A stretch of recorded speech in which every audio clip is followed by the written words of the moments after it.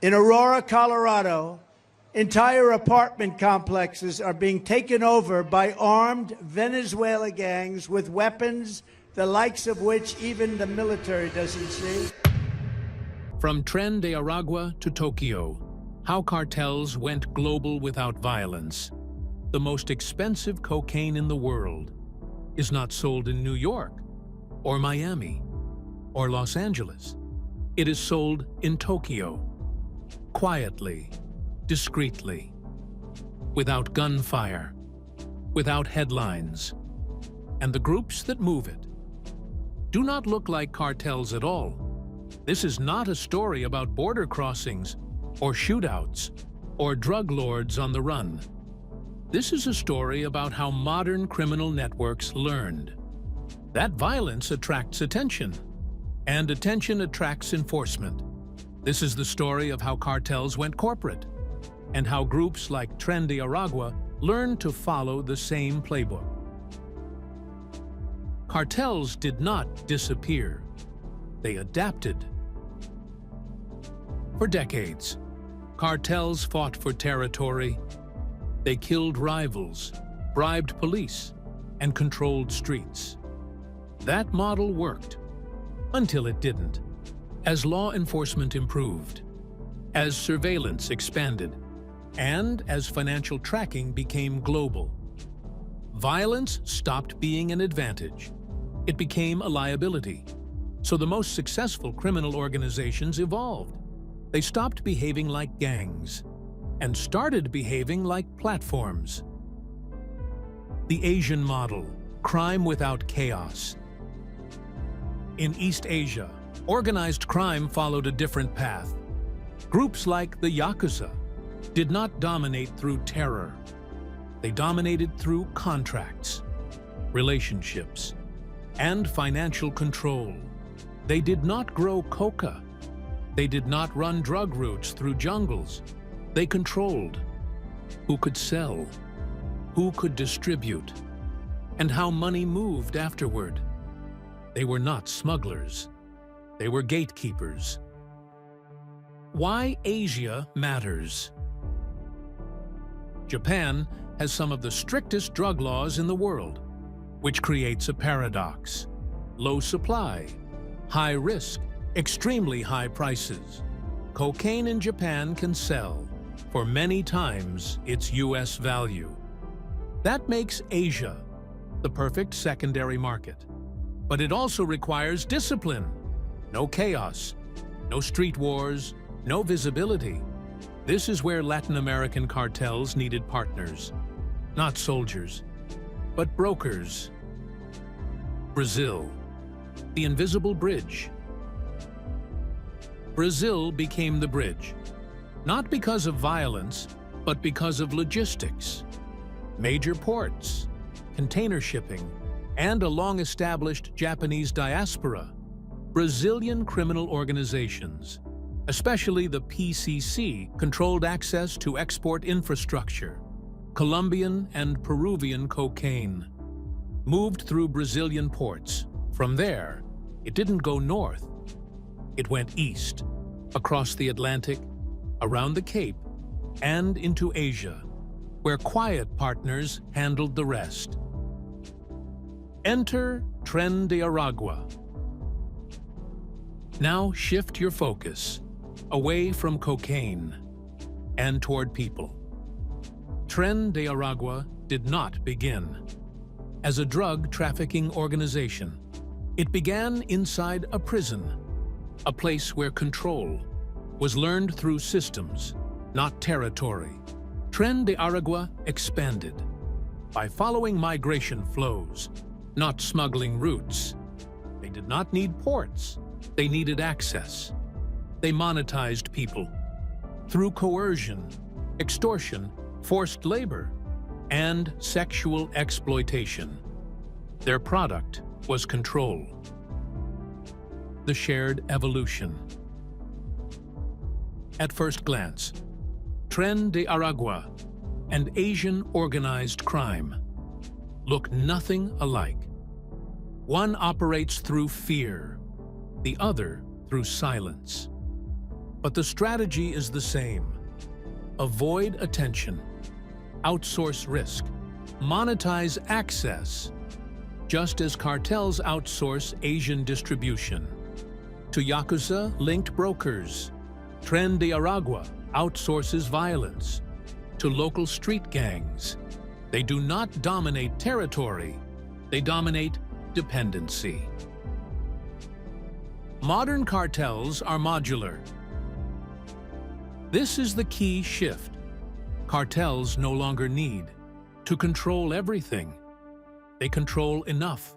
Supply, access, revenue streams, everything else is subcontracted.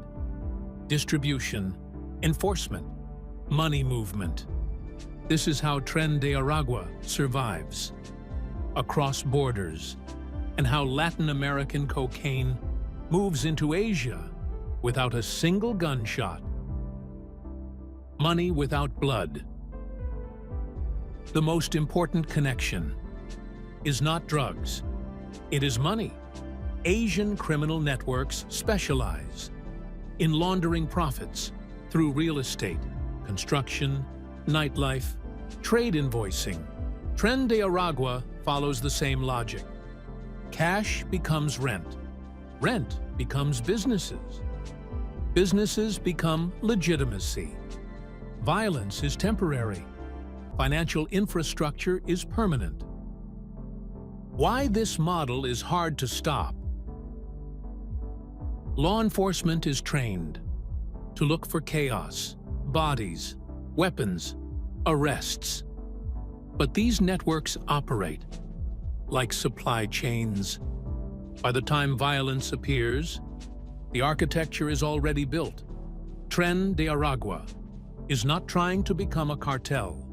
It is trying to become invisible. The future of organized crime. The future of organized crime is not loud. It is quiet, transnational, and contractual. The most dangerous criminal is no longer the one holding a gun. It is the one who controls access. Tren de Aragua understands this. So do the cartels, who ship cocaine to Asia. Different products, same strategy. This is not the end of cartels. This is their evolution. And the most important battles ahead will not be fought on the streets. They will be fought inside ports, inside banks, and inside systems most people never see. Now let's shift our focuses to why people trafficking replaced cocaine as the safer business for the cartels. For decades, cocaine was the most profitable illegal business on earth. But today, many criminal networks are walking away from drugs. Not because drugs stopped making money, but because something else makes money. With less risk, less detection, and longer control. That business is people. The problem with cocaine. Cocaine has three problems. It is detectable, it is perishable, and it is traceable. It requires fields, labs, chemicals, ships, ports, and constant movement. Every step leaves evidence, and every shipment can be seized. When cocaine is lost, the profit disappears forever. People don't get seized. A kilo of cocaine can be intercepted. A person cannot. A person walks through borders, boards buses, rents apartments, and disappears into cities. No scanners, no dogs, no manifests. People move themselves. Cocaine is sold once. Cocaine is sold one time. A kilo is gone the moment it reaches the street. A trafficked person can be sold again and again and again, through labor, through rent, through extortion, through sex. The profit is recurring. This is where Tren de Aragua excels.